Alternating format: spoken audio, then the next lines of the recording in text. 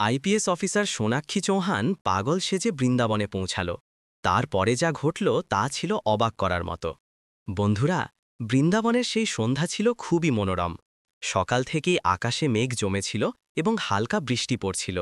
রাস্তাগুলো ছিল ভেজা, গলিগুলোতে মাটির সুবাস ছড়িয়েছিল এবং মন্দিরের ঘণ্টার শব্দ পুরো পরিবেশকে ভক্তির রঙে রাঙিয়ে দিচ্ছিল। বৃষ্টির ফোঁটা গাছের পাতায় পড়ে এমন সুর তৈরি করছিল যেন কোনো ভজন নিজে থেকেই গাওয়া হচ্ছিল।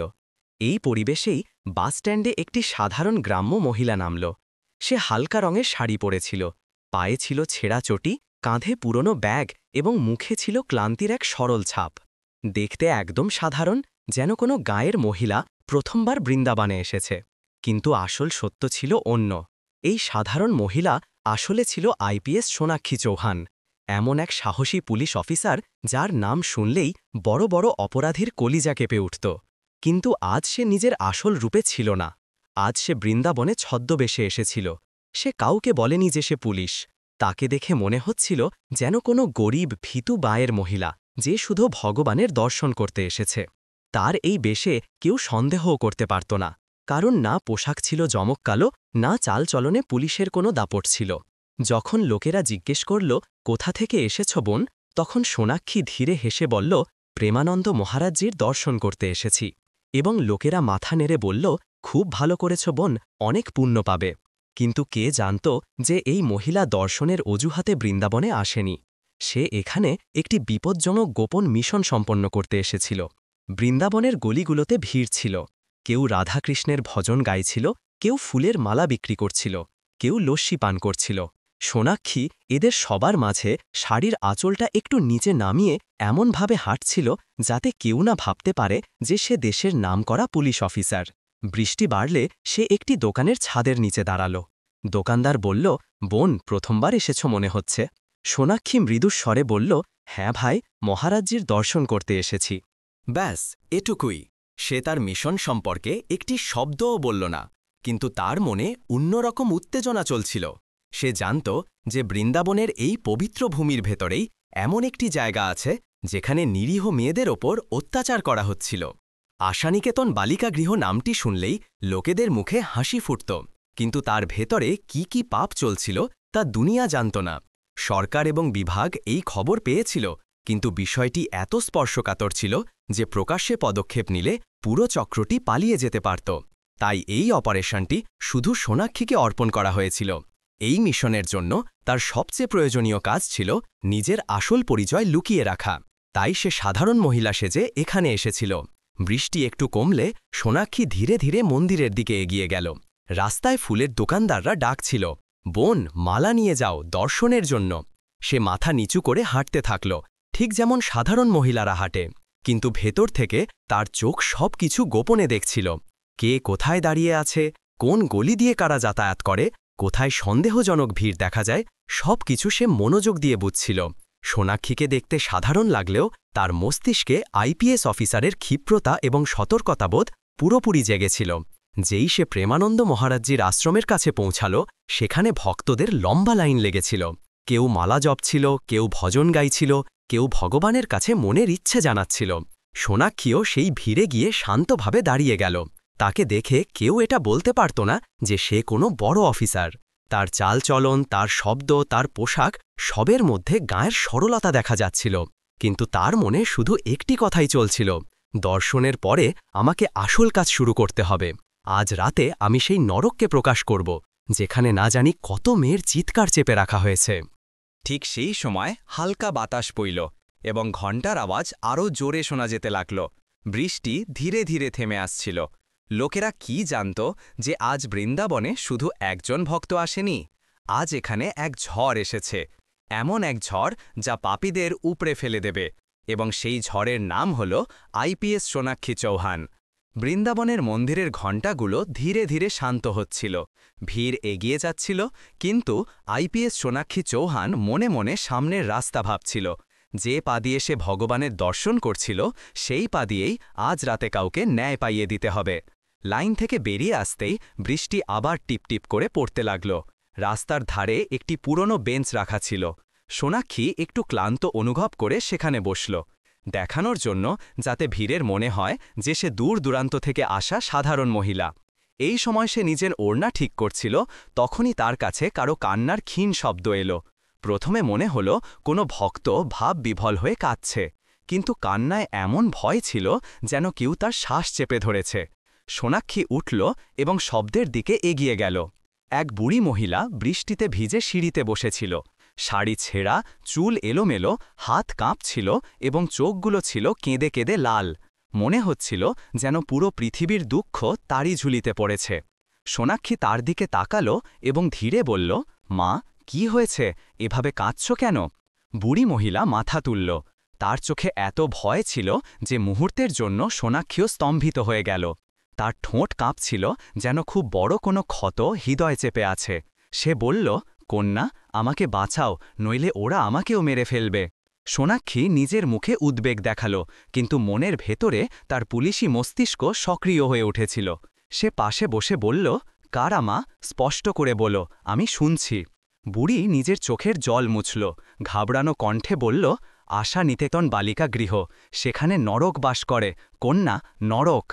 এই নামটা শোনামাত্রই সোনাক্ষীর বুক কেঁপে উঠল। এই নামটিই তাকে বলা হয়েছিল। এই নামটিই ছিল এই মিশনের মূল। সে ধীরে বলল, মা, সেখানে কি হয়? এবং এরপর বুড়ি মহিলা যা বলল তা হাওয়ার মোড় ঘুরিয়ে দিল। তার নাম ছিল কুন্তী দেবী। সে গত 4 বছর ধরে আশানিকেতনে পরিচ্ছন্নতার কাজ করত। কুন্তির গলা কাঁপছিল। সে কথা বলছিল, কিন্তু প্রতিটি বাক্যে ছিল যন্ত্রণা। মেয়েরা সেখানে আশ্রয় পায় না কন্যা, সেখানে তো শয়তান রাজত্ব করে। নাম হলো আশ্রয় গৃহ, কিন্তু আসলে সেটা পাপের কূপ। সোনাক্ষী চুপচাপ শুনছিল। তার হৃদয় ধীরে ধীরে ঠান্ডা এবং মস্তিষ্ক গরম হচ্ছিল। কুন্তী বলে চলল, সেখানে একজন লোক আছে, বিক্রম সচদেব। লোকেরা তাকে সমাজসেবী মনে করে, দানশীল বলে, কিন্তু সত্য হল সে মেয়েদের সম্মান ছিনিয়ে নেওয়া এক দানব। যাকে দেখে তারই ওপর ঝাঁপিয়ে পড়ে। কুন্তির ঠোঁট থরথর করে উঠল। সে আরও বলল, যে কোনো নতুন মেয়ে আসে, যার খোঁজ খবর নেওয়ার কেউ নেই বা যে মানসিকভাবে দুর্বল, তাকে তারা প্রথমে বন্ধ ঘরে নিয়ে যায়, বলে পরীক্ষা করতে হবে। কিন্তু আসলে কুন্তী চুপ হয়ে গেল। তার চোখ জলে ভরে গেল। সোনাক্ষী তার হাত ধরল। ভয় পেও না মা, আমি এখানে আছি, এরপর বলো। কুন্তী আস্তে বলল, তাকে নেশার ওষুধ দেয়, তাকে নিজেদের করে নেয়, তারপর বিক্রি করে দেয় কন্যা। অনেককে আর ফিরিয়েও আনে না, বলে পালিয়ে গেছে। সোনাক্ষীর ভেতরে এক ঝড় উঠল, কিন্তু মুখ শান্ত রাখল, কারণ তার ছদ্মবেশ আজ সবচেয়ে বড় অস্ত্র ছিল। কুন্তির কষ্ট সেখানেই থামল না। সে আরও জানালো, দুদিন আগে মুকুরি নামের ১৯ বছরের একটি মেয়ে ছিল। খুব সরল ছিল, নিষ্পাপ। সে বিক্রমের ঘরে যেতে অস্বীকার করল। তাকে মারল, পিটল, পাগলা গারদের মতো ঘরে ঢুকিয়ে দিল। দ্বিতীয় দিন তার লাশ পাওয়া গেল এবং রাতে নর্দমায় ফেলে দেওয়া হলো যেন কোনো আবর্জনা। সোনাক্ষীর নিঃশ্বাস ভারী হয়ে গেল। তার রক্ত টকবক করে ফুটতে লাগল, কিন্তু সে শান্ত রইল। মা, তুমি এসব দেখেছ? সোনাক্ষী জিজ্ঞাসা করল। কুন্তী মাথা নাড়ল।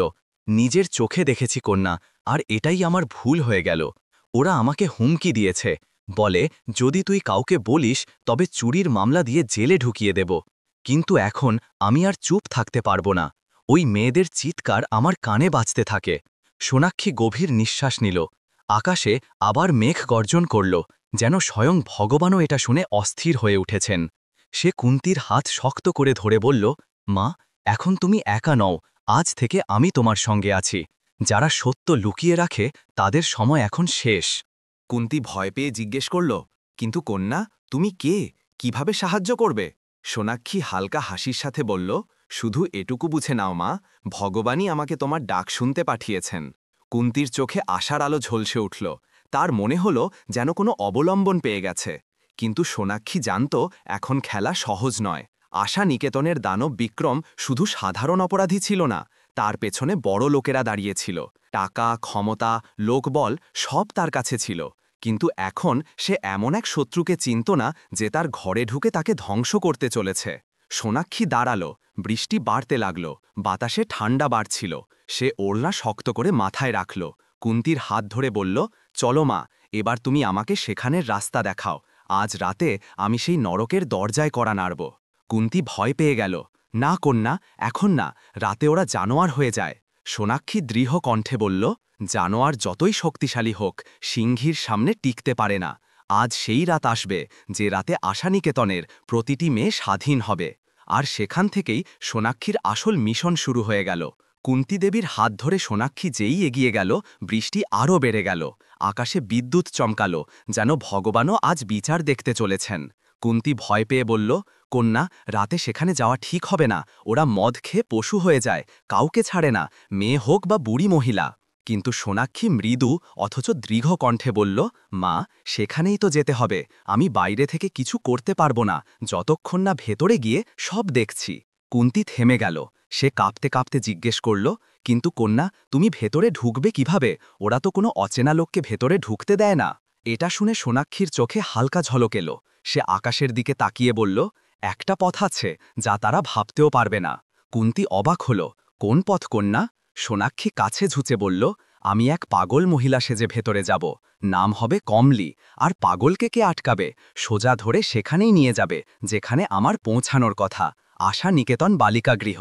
কুন্তির যেন নিজের কানে শোনা কথা বিশ্বাস হল না। কন্যা, পাগল হবে? ওরা মেরে ফেলবে, বিরক্ত করবে, ওদের চোখে পাগলের কোনো মূল্য নেই। সোনাক্ষী হাসল। মা, পুলিশের জীবন এর ওপরই টিকে আছে। যেখানে সাধারণ মানুষ ভয় পায়, সেখানেই আমাদের পা রাখতে হয়। সে নিজের ব্যাগ নিচে রাখল এবং ভেতর থেকে ছোট ছোট জিনিস বের করতে শুরু করল। একটি পুরনো ছেঁড়া শাড়ি, ওপরে পরার জন্য সালোয়ার, সামান্য শুকনো কাদা এবং ওপরে লাগানোর জন্য কাজলের ভাঙা কৌটো। কুন্তি হতবাক হয়ে দেখতে থাকল। কন্যা, তুমি এগুলো কবে আনলে? সোনাক্ষী শান্ত কণ্ঠা বলল, মিশনে আসার আগেই রেখেছিলাম। আমি জানতাম যে উর্দি পরে এলে কারো সত্য ধরা যাবে না। সত্য ধরতে হলে নিজেকে ওদের চোখে নিচে নামাতে হবে। বৃষ্টি এখন হালকা ফোঁটায় পরিণত হয়েছিল। দুজনে একটি পুরনো গাছের নিচে এমনভাবে দাঁড়িয়ে গেল যাতে কেউ তাদের দিকে মনোযোগ না দেয়। সোনাক্ষী তার শাড়ি বদলাল। সেই ঝলমলে পুলিশ অফিসার এখন এমন পোশাকে ছিল যা তাকে চেনা অসম্ভব ছিল। ছেঁড়া শাড়ি শরীর দিয়ে জড়িয়ে নিল। কাজল আঙুল দিয়ে মুখে ছড়িয়ে দিল, যেন নোংরা লেগে আছে। কাদা হাতে নিয়ে কপাল এবং হাতে মেখে নিল। চুলগুলো খুলে জটার মতো করে নিল। কুন্তির চোখ বিস্ময়ে বিস্ফারিত হচ্ছিল। কন্যা, এখন তো তুমি সত্যিই পাগলের মতো লাগছে। সোনাক্ষী 2 কদম হেঁটে দেখাল। পা টলছিল, কোমর আলগা ছিল, চোখ বাঁকা, ঠোঁটে পাগলের মতো হাসি। সত্যি, এখন তাকে দেখে কেউ বলতেই পারত না যে সে ভারতের আইপিএস অফিসার। এরপর সোনাক্ষী সবচেয়ে প্রয়োজনীয় জিনিসটি বের করল, একটি ছোট্ট বোতাম ক্যামেরা, যা শাড়ির আঁচলের ভেতরে লাগানো যেত। এত ছোট যে কেউ দেখতেও না পারে। কুন্তি ভয় পেয়ে জিজ্ঞাসা করল, এটা কি কন্যা? মা, এটাই আমার আসল শক্তি। এটা আমি ভেতরে যা যা দেখব সব রেকর্ড করবে। একটি একটি অপরাধ, একটি একটি মুখ, একটি একটি আওয়াজ। তারপর সে তার চুলে একটি ছোট্ট মাইক্রোফোন লুকিয়ে রাখল। এখন সোনাক্ষী পুরোপুরি কমলি হয়ে উঠেছিল। তার চোখে এখন এক আলাদা ঝলক ছিল, ছদ্মবেশের, রণনীতির এবং ন্যায়ের আগুনের। কুন্তি ভয় পেয়ে বলল, কন্যা, এখন কি করবে? সোনাক্ষী বলল, এবার আমরা যাব বাস স্ট্যান্ডের কাছে। আমি সেখানে পাগলের মতো চিৎকার করব, জিনিসপত্র ছুঁড়ে মারব। লোকেরা পুলিশকে ডাকবে এবং পুলিশ আমাকে ধরে সোজা সেখানেই পাঠাবে যেখানে আমি যেতে চাই, আশানিকেতন বালিকা গৃহ। কুন্তির গলা ধরে এলো। কন্যা, ভগবান তোমার মঙ্গল করুক।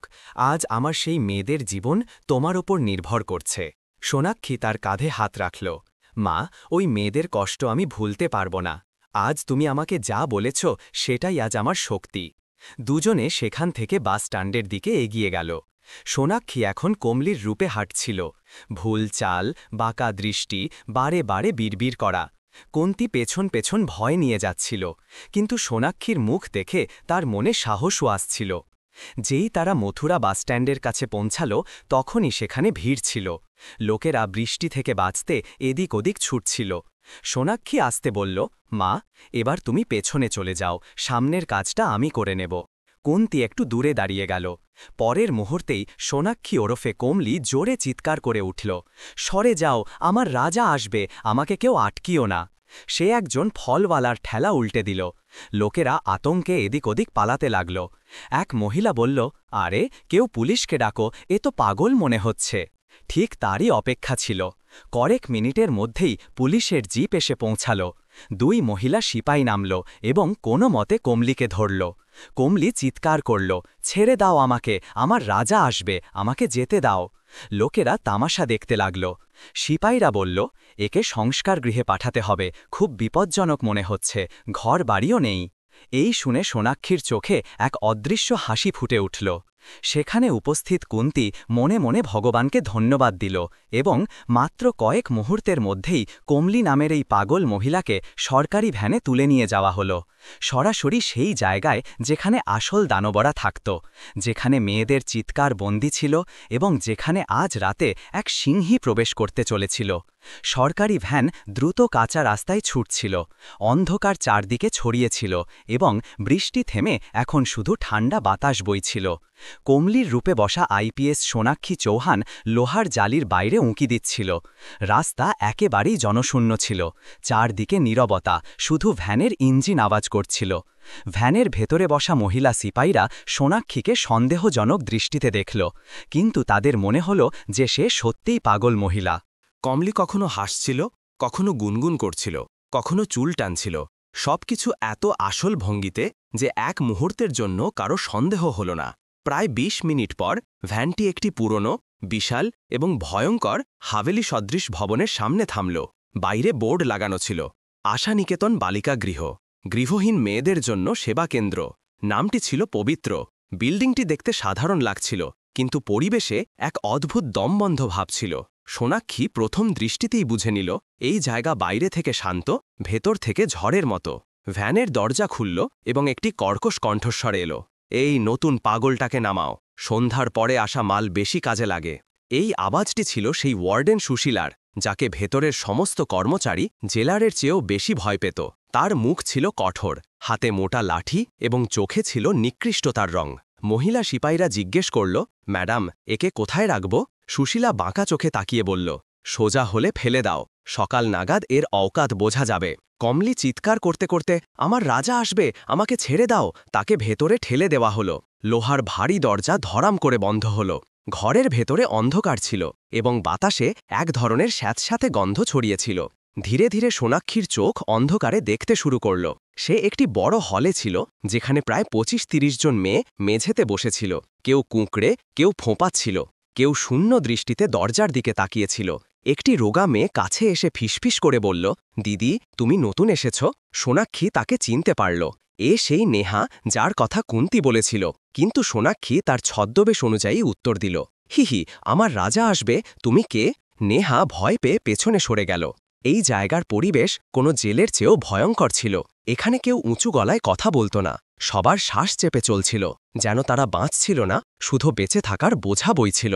এবং তখনই লোহার গেটে কেউ লাঠি দিয়ে আঘাত করল। ধরাম ধরাম ধরাম, পুরো হলটি কেঁপে উঠল। মেয়েরা সঙ্গে সঙ্গে মাথা হাঁটুতে লুকিয়ে নিল। ভয় বাতাসে মিশে গেল।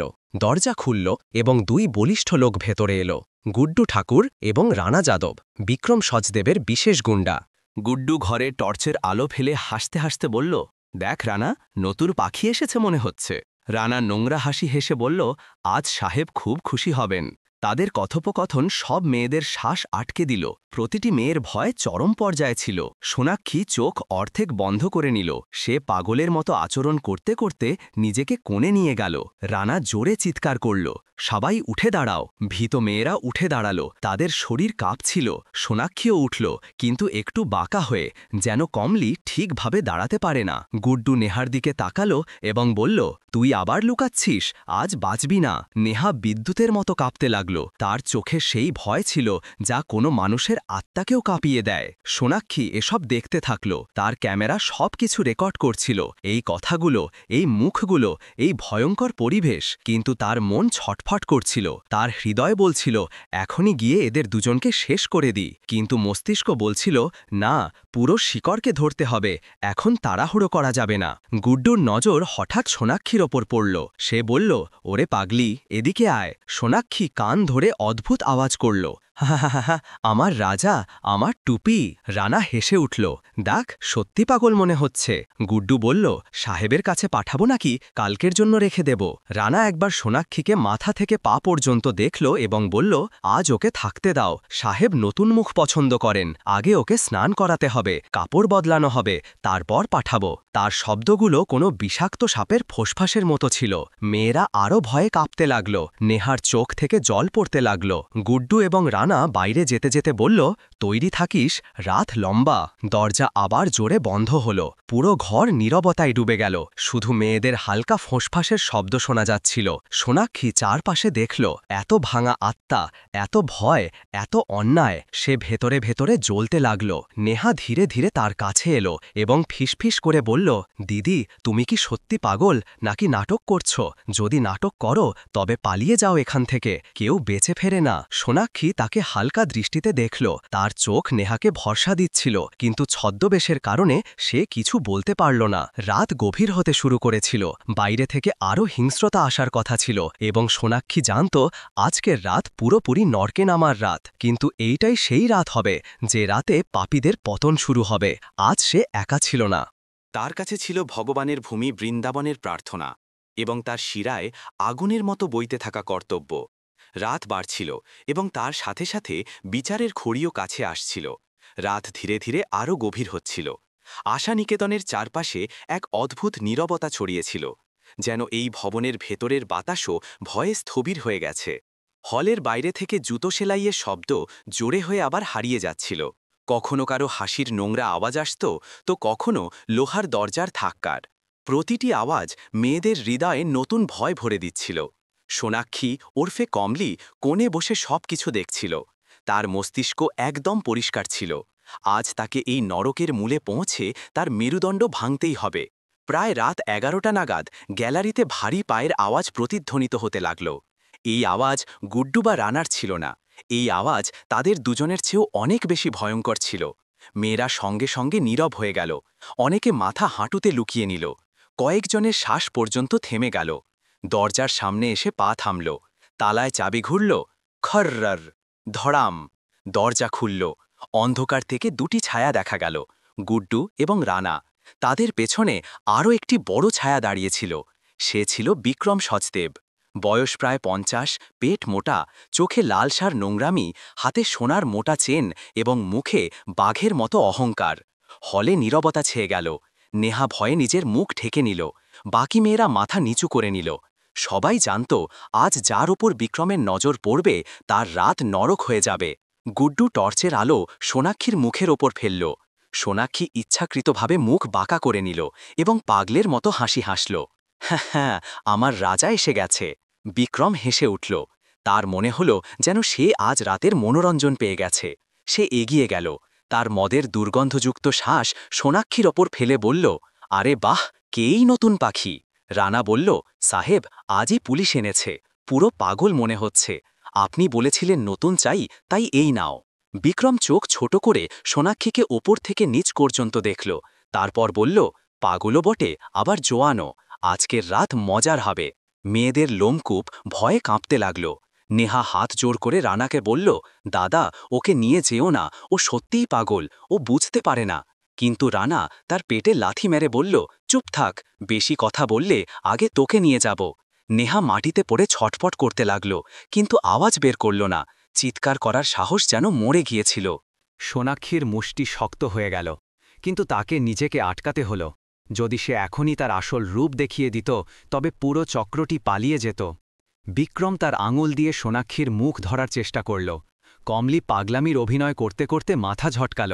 বিক্রম হাসতে হাসতে বলল, আরে বাহ, একটু তেজিও বটে। চলো, একে ওপরে আমার ঘরে নিয়ে চলো। গুড্ডু এবং রানা তাকে ধরে বাইরে টেনে আনল। সোনাক্ষীর ক্যামেরা এখন দ্রুত চলছিল। প্রতিটি মুখ, প্রতিটি আওয়াজ, প্রতিটি গালি রেকর্ড হচ্ছিল। গ্যালারির সিঁড়িগুলো ছিল অন্ধকার এবং লম্বা। দেওয়ালে দামি বাল্ব লাগানো ছিল, যেন কোনো হোটেল। নিচে মেয়েরা পচা রুটির জন্য আকুল, আর ওপরে এই লোক শাহেনশা সেজে বসেছিল। সিঁড়ির ওপরে করিডরের শেষে ছিল বিক্রমের ঘর। দরজাটি ছিল দামি কাঠের। ভেতর থেকে মদ এবং পারফিউমের মিশ্রিত গন্ধ আসছিল। গুড্ডু দরজা খুলল। ভেতরের দৃশ্য ছিল ভয়াবহ। লাল সোফা, মূল্যবান মদ, নোংরা পোস্টার এবং টেবিলের ওপর অদ্ভুত অদ্ভুত ওষুধ। বিক্রম ভেতরে গিয়ে দরজা বন্ধ করাল। এখন ঘরে শুধু দুজন ছিল, বিক্রম এবং কমলি।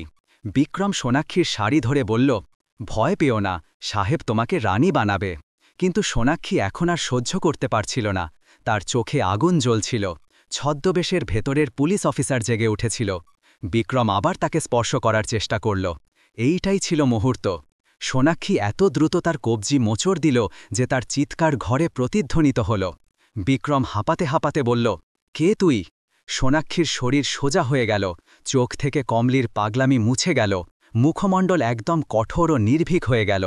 সে নিজের শাড়ির আঁচল শক্ত করে কোমরে গুজে বলল, আমি হলাম আইপিএস সোনাক্ষী চৌহান, আর তোর খেলা আজ শেষ হয়ে গেল বিক্রম।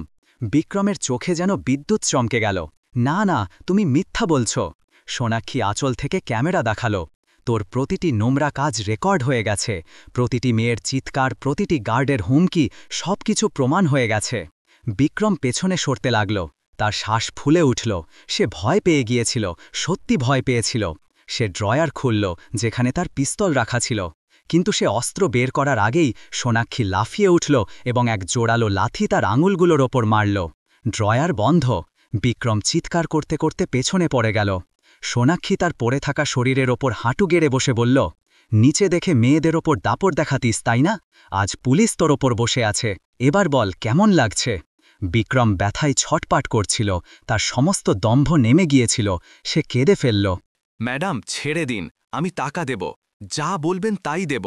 সোনাক্ষী তার শার্ট ধরে তাকে উঠিয়ে বলল, তোকে কেনার আমার অওকাত কি? আজ তুই না, তোর মতো হাজারো নোংরা লোক ধরা পড়বে। সে নিজের চুলে লুকানো মাইক্রোফোনে আসতে বলল, আলফা 1, টার্গেট কনফার্ম, অপারেশন শুরু করো, হানা দাও। পরের মুহূর্তেই পুরো আশানিকেতনে সাইরেনের শব্দ শোনা গেল। পুলিশের ডজনখানেক গাড়ি বিদ্যুতের বেগে কম্পাউন্ডে ঢুকে পড়ল। এখন সেই রাত বদলে গিয়েছিল। নরক এখন স্বর্গ হতে চলেছিল। আর এইটাই ছিল সেই মোড় যেখানে অপরাধীদের ভাগ্যও ভাঙতে চলেছিল।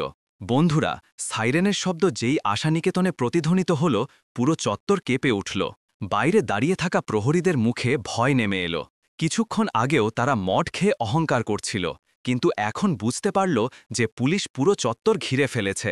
ভেতরে বিক্রম সচদেবের ঘরে সোনাক্ষী তাকে কলার ধরে টেনে নিয়ে এলো এবং ঘরের বাইরে ছুঁড়ে মারল। বিক্রম মেঝেতে পড়ে ব্যথায় চিৎকার করল, ম্যাডাম, আমি নির্দোষ, এসব মিথ্যা। কিন্তু তার আওয়াজ সাইরেনের শব্দে ডুবে গেল। গ্যালারির ডান দিক থেকে ইন্সপেক্টর কবির সিং তার টিম নিয়ে ভেতরে এলো এবং বাঁদিক থেকে হাবিলদার গোবিন্দ চৌহান তার দল নিয়ে। কবির জোরালো কণ্ঠে আদেশ দিল, সব দরজা ভাঙো, প্রতিটি ঘরে তল্লাশি চালাও, কোনো লোক যেন বাইরে না যেতে পারে। পুলিশদের দ্রুত পদক্ষেপে পুরো ভবন কেঁপে উঠল। লোহার গেটগুলো, যাদের প্রতিদিন মেয়েদের চিৎকার সহ্য করতে হতো, আজ পুলিশের লাঠির সামনে টিকতে পারল না। ধড়াম ধড়াম ধড়াম দরজা ভাঙতে লাগল। ভেতরে লুকিয়ে থাকা গার্ডরা বাইরে পালাতে লাগল। কেউ কেউ দেয়াল টপকানোর চেষ্টা করল, কিন্তু পুলিশ আগেই প্রতিটি কোণে মোতায়েন ছিল। গোবিন্দ এক দৌড়ে যাওয়া গার্ডকে সজোরে লাথি মারল। আরে থাম, এখন তুই বাঁচতে পারবি না। কবির আরেকজন গার্ডকে কাবু করল। বল, কত বছর ধরে এই নোংরা কাজ করছিস? গার্ড ভয়ে কাঁপতে লাগল। আমরা তো সাহেবের কথা মতো করতাম। সোনাক্ষী রাগে তার দিকে তাকিয়ে বলল, নিশ্চয় জবাব দিবি, কিন্তু কোর্টে গিয়ে। নিচের হলে মেয়েরা দরজার জাল ধরে কাঁপছিল। কেউ বুঝতে পারছিল না যে বাইরে কি হচ্ছে। তাদের জন্য তো প্রতিটি ভয়ঙ্কর আওয়াজ কোনো নতুন অত্যাচারের ইঙ্গিত বহন করত। কিন্তু যেই পুলিশরা ভেতরে পৌঁছাল, নেহা সবার আগে ফিসফিস করে বলল, হয়তো কেউ বাঁচাতে এসেছে। আর তখনই সোনাক্ষী সিঁড়ি দিয়ে নামতে দেখা গেল। এখন তার মুখে কমলির পাগলামি ছিল না, বরং এক সত্যিকারের পুলিশ অফিসারের দীপ্তি ছিল। তার শাড়ি এলোমেলো ছিল, কাঁধে আঘাতের চিহ্ন ছিল, কিন্তু চোখে সেই আগুন ছিল যা পুরো ভবনের আতঙ্ক নিভিয়ে দিয়েছিল। মেয়েরা একে অপরকে ধাক্কা দিয়ে এগিয়ে এলো। নেহা সবার আগে বলল, দিদি, আপনি পাগল ছিলেন না? সোনাক্ষী হেসে বলল, না মা, আমি তোমাদের বাঁচাতে এসেছিলাম, আর আজ তোমরা সবাই মুক্ত। নেহা কাঁদতে কাঁদতে তার পায়ে লুটিয়ে পড়ল, দিদি, আমি তো আশা ছেড়েই দিয়েছিলাম। সোনাক্ষী তাকে জড়িয়ে ধরল, এখন কেউ তোমাদের স্পর্শ করবে না, কেউ মারবে না, কেউ বিক্রি করবে না। এদিকে পুলিশরা সব গার্ডের হাত বেঁধে বাইরে লাইনে দাঁড় করিয়ে দিয়েছিল। বুড্ডু এবং রানাকেও ধরে ফেলা হলো। তাদের মুখের সব দাপট শেষ হয়ে গিয়েছিল। গোবিন্দ তাদের ধাক্কা দিতে দিতে বলল, খুব নায়কগিরি দেখাতে, তাই না? এবার জেলে গিয়ে দেখাস। বিক্রমকে দুই পুলিশ ধরে নিচে নিয়ে আসছিল। সে হাঁটু গেড়ে বসে চিৎকার করল, ম্যাডাম, আমার কথা শুনুন, আমি নির্দোষ, আমাকে ফাঁসানো হচ্ছে। সোনাক্ষী তার দিকে তাকিয়ে বলল, সত্য বলার সময় এখন আসেনি, শাস্তির সময় এসে গেছে। বিক্রমের মুখ রক্তশূন্য হয়ে গেল। সে বুঝতে পারল যে তার পৃথিবী শেষ হয়ে গেছে। তখনই ভিড়ের মধ্য থেকে কুন্তী দেবী দৌড়ে এলো। তার মুখে আনন্দ এবং ভয় দুটোই ছিল। যেই সে সোনাক্ষীকে দেখল, তার চোখে জল ভরে এলো। সে সোনাক্ষীর পা ছুতে চাইল, কিন্তু সোনাক্ষী তাকে তুলে জড়িয়ে ধরল। মা, তুমি যদি সাহস না দেখাতে তাহলে এটা কখনোই হতো না। বাইরে পুলিশ সব নোংরা কর্মচারী, ওয়ার্ডেন সুশীলা, গুড্ডু, রানা এবং বিক্রম সবাইকে পুলিশ ভ্যানে ভরে দিল। গলিগুলোতে ভিড় জমে গেল। লোকেরা দেখছিল যে কিভাবে একজন মহিলা পুলিশ অফিসার বৃন্দাবনের ভূমি থেকে এক বড় পাপী সাম্রাজ্যকে উপড়ে ফেলেছে।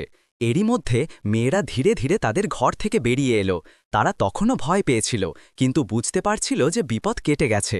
সোনাক্ষী তাদের দিকে তাকিয়ে বলল, মেয়েরা, আজ থেকে তোমরা সবাই স্বাধীন। তোমাদের জীবন এখন ভয় নয়, সম্মান ও মর্যাদার সাথে কাটবে। একটি ছোট মেয়ে এগিয়ে এলো এবং বলল, দিদি, আমরা কি এখন হাসতে পারি? সোনাক্ষীর চোখ ভিজে গেল। সে আদর করে বলল, হ্যাঁ সোনা, যত খুশি হাসো, আজ থেকে তোমাদের জীবন তোমাদের। ভিড়ের মধ্যে দাঁড়ানো লোকেরা বলে উঠল, জয় হোক লেডি অফিসারের, জয় হোক সাহসী মেয়ের। পরের দিনের সংবাদপত্রগুলোতে এইটাই ছিল শিরোনাম, আইপিএস সোনাক্ষী চৌহান বৃন্দাবনে লুকানো নরক শেষ করলেন, ৩০টি মেয়ে পেল নতুন জীবন। কোর্ট কেস দ্রুত চলল। বিক্রম এবং তার গুন্ডাদের যাবজ্জীবন কারাদণ্ড হল। আশা নিকেতনে নতুন মহিলা অফিসারদের নিয়োগ হল এবং সবচেয়ে বড় কথা, কুন্তী দেবীকে এই পুরো জায়গার নতুন তত্ত্বাবধায়ক বানিয়ে দেওয়া হল। কিছুদিন পর সোনাক্ষী আবার আশ্রমে এলো। এবার তাকে ফুল দিয়ে স্বাগত জানানো হলো, ভয় দিয়ে নয়। মেয়েরা মন খুলে হাসছিল, খেলছিল, যেন তাদের প্রাণ ফিরে এসেছে। নেহা তার কাছে এলো এবং বলল, ম্যাডাম, আপনি কি কোনো ফেরেস্তা? সোনাক্ষী ধীরে বলল, না সোনা, আমি শুধু একজন মহিলা যে অন্যায় সহ্য করে না। সে তার ক্যাপ পরল এবং বেরিয়ে পড়ল, কারণ ন্যায়ের পথ কখনো শেষ হয় না। বৃন্দাবনের বাতাসে এখন ভয় নয়, স্বাধীনতার সুবাস ছিল। বন্ধুরা, আমাদের উদ্দেশ্য কারো মনে কষ্ট দেওয়া বা অপমান করা নয়, বরং এই ভিডিওটি এই জন্য তৈরি করা হয়েছে যাতে আমাদের দেশে মেয়েদের সাথে যে অত্যাচার হচ্ছে তার ওপর নজরদারি করা যায় এবং তাদের স্বাধীনতা দেওয়া যায়। কোনো মেয়ে যেন ভয়ে না থাকে, কোনো মেয়ের সাথে যেন অত্যাচার না হয়। বন্ধুরা, গল্পটি ভালো লাগলে ভিডিওটি অবশ্যই লাইক করবেন এবং কমেন্টে রাধে রাধে অবশ্যই লিখবেন।